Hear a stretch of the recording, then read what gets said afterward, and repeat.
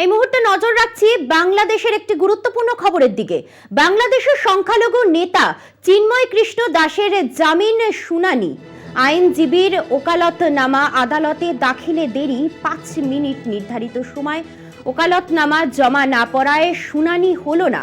মামলার পরবর্তী শুনানি 2রা জানুয়ারি।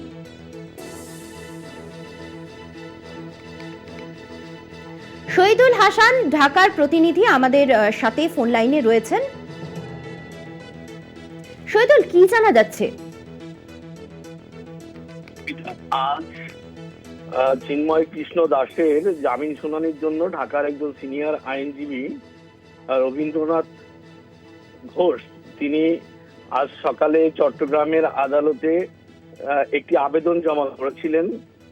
আদালত আবেদনটি পাবার পর আইনজীবীকে জানান যে তিনি যেহেতু ঢাকার আইনজীবী সে কারণে তিনি চট্টগ্রামের আদালতে শুনানিতে অংশ নিতে হলে ওনাকে লোকাল কোনো আইনজীবীর শরণাপন্ন হতে এবং তার ওকালতনামাটি দাখিল করতে হবে। আদালতের এই নির্দেশ পাবার পর রবীন্দ্রনাথ ঘোষ উনি একটু সময় প্রার্থনা করেন। আদালত তাকে 3টা পর্যন্ত সময় দেয় বিকাল, যে এর মধ্যে আপনি ওকালতনামাটি জমা দিবেন। কিন্তু 5 মিনিট দেরি হয়, 3টা বেজে 5 মিনিট দেরি হয়। ওকালতনামাটি জমা নেওয়ার পরেও আদালত এই জামিন শুনানি করেননি।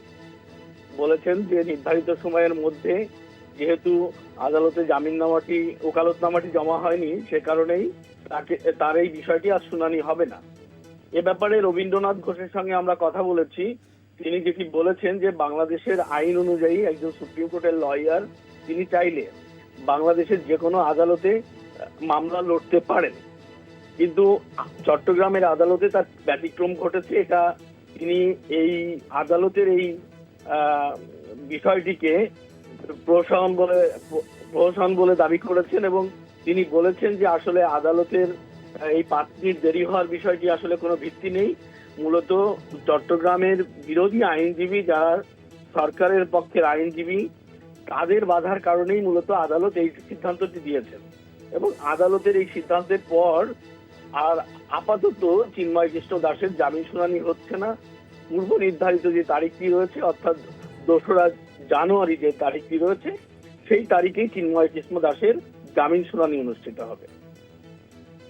ধন্যবাদ। আমরা কথা বললাম আমাদের প্রতিনিধি ঢাকা থেকেই শহীদুল হাসানের সাথে।